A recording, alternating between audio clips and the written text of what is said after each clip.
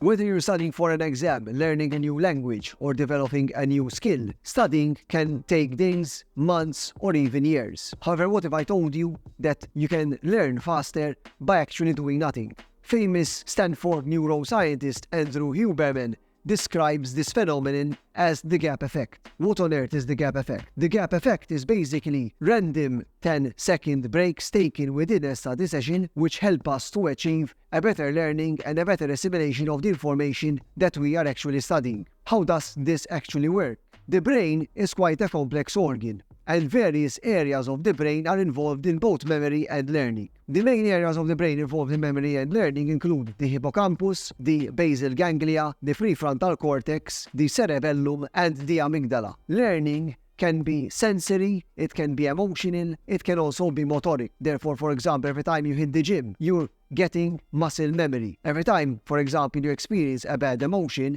you tend to learn that experience better than if the emotion was emotionally neutral. Therefore, emotionality, movement, and also experience within itself helps us to achieve a better amount of learning and integration of the information we have in front of us. Memory is not an easy thing to understand. It's quite complex, as the brain, of course, is quite complex and we don't actually know how it actually works. However, what we know from various scientific data is that memory comes into two forms. We have the short-term memory and we have long-term memory. Long-term memory can either be implicit or explicit, therefore memories related to the body, or else memories that are abstract, for example maths, languages, learning, medicine, whether you're studying a new subject like anatomy, philosophy, psychology, programming.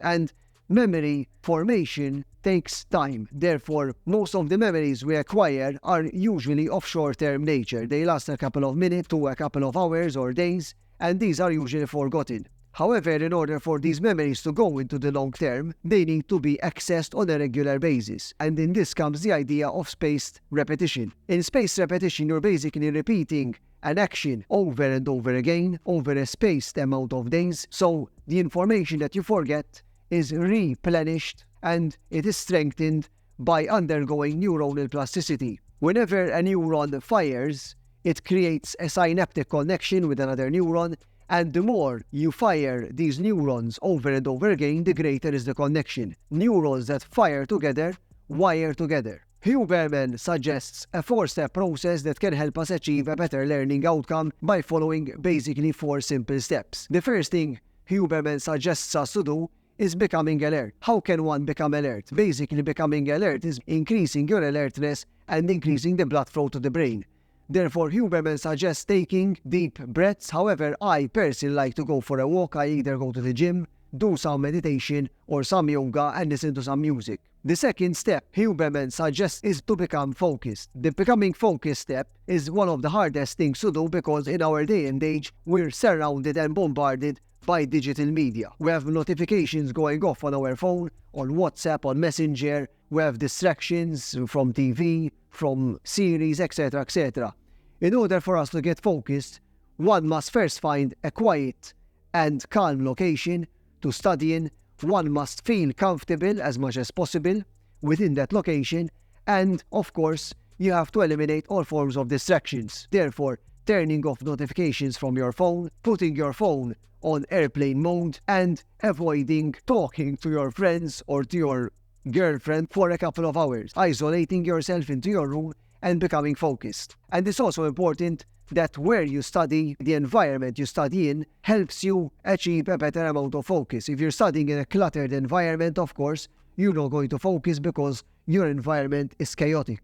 The next step Huberman suggests is basically keeping to time limits. Therefore, study sessions, when we are studying for something, have to be within 60 to 90 minutes long. This is because the brain, although it is capable of studying for long periods of time, the brain also gets fatigued. Therefore, studying for short periods, 60 to 90 minutes, we can achieve a better amount of learning and retention of the material that we are studying, rather than studying, for example, for 8 hours straight, 12 hours straight, or these marathonic days before an exam where we try to cram all the information to achieve a better exam result. However, most studies show that cramming all the information before an exam actually is going to get you failed, because the brain does not have enough time to store that information and retain the information over time. The next step in the 4-step process Huberman suggests is basically the gap effect. During our study sessions, we're going to have times or periods where we feel tired and we need to take short-term breaks.